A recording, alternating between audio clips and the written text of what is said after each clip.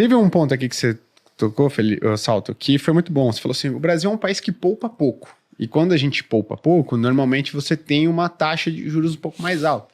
E aí fica um pouco difícil para a pessoa visualizar isso, e aí eu sempre tento fazer um paralelo. Vamos imaginar que nós 4 aqui representamos todo o Brasil.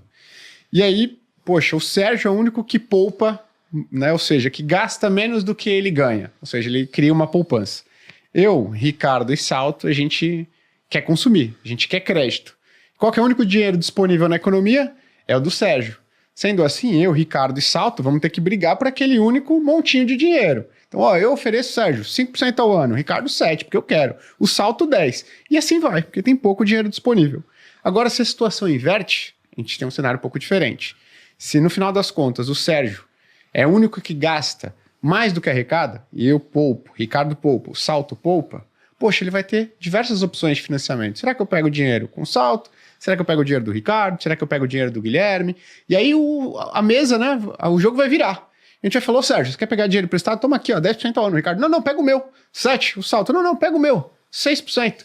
Então, quando a gente fala que o Brasil poupa pouco e isso impacta meio que a taxa de juros, fazendo uma simplificação da simplificação, mas para que você entenda aí meio que racional, é isso que vai acontecendo de maneira generalizada na economia. Tô correto aqui de fazer uma analogia? Eu acho interessante essa analogia, porque o Estado brasileiro, e eu sempre gosto de dizer uma frase, que é o seguinte: dívida pública é coisa boa, desde que você seja bom pagador. Porque a dívida ajuda você a financiar políticas públicas, e mesmo com uma carga tributária não muito alta.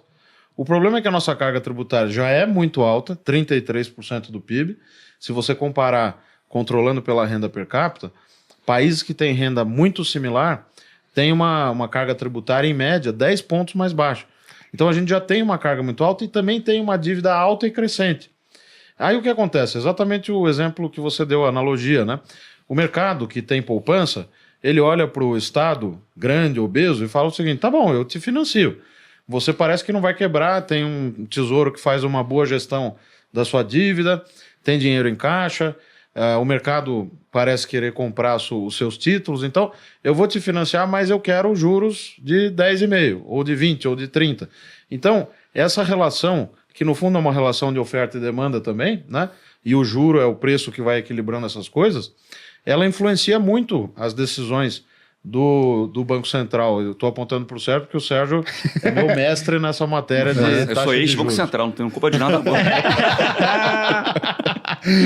Mas é interessante, né? Porque a política fiscal e a monetária, elas estão interligadas. Esse ponto é interessante, né? Acho que a questão é menos poupança das famílias. Vamos pegar o caso americano, as famílias são endividadas. E o juro lá de equilíbrio é um juro baixo, né? O pessoal, né, calcula que o juro nominal neutro seja na casa de 3%, né? 2,8%, um juro real de 0,8%, 1%.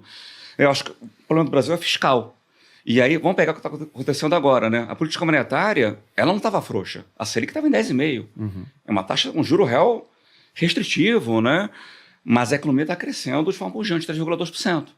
Então, a política fiscal, ela vem atuando na contramão da política monetária. A política monetária quer segurar a demanda, a política fiscal é demanda na veia. Vamos pegar dentro de gastos públicos o que aumentou com relação a transferências para as famílias, né? Não estou dizendo que não seja necessário, mas são 160 bilhões, né, pagos para as famílias. Fora as outras despesas que cresceram ao longo do período. Então isso é demanda na veia. E aí isso acaba gerando um duplo impacto, né, com relação à taxa de juros, né? Primeiro, que uma política fiscal expansionista é um fator de expansão da demanda, então leva o Banco Central, como está fazendo agora, a ter uns juros mais elevados. E o segundo, que bate no prêmio de risco. Então, na medida em que você tem um fiscal que é visto como negativo, que a relação dívida-PIB no Brasil vai crescendo, isso adiciona prêmio de risco na curva de juros, né? Então, isso é algo que é perene no Brasil, né? Quer dizer, o Salto sempre fala que nunca vai ter plano de emprego na parte fiscal, né? Porque é algo que é insolúvel. Não sou do futuro, Salto. Nunca é resolvido. E aí vamos comparar com outros mercados emergentes, né?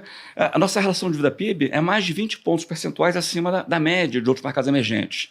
E agora a gente tem uma trajetória, né? Não é só foto, o filme também. A gente vai ter uma trajetória ao longo dos próximos anos ascendente.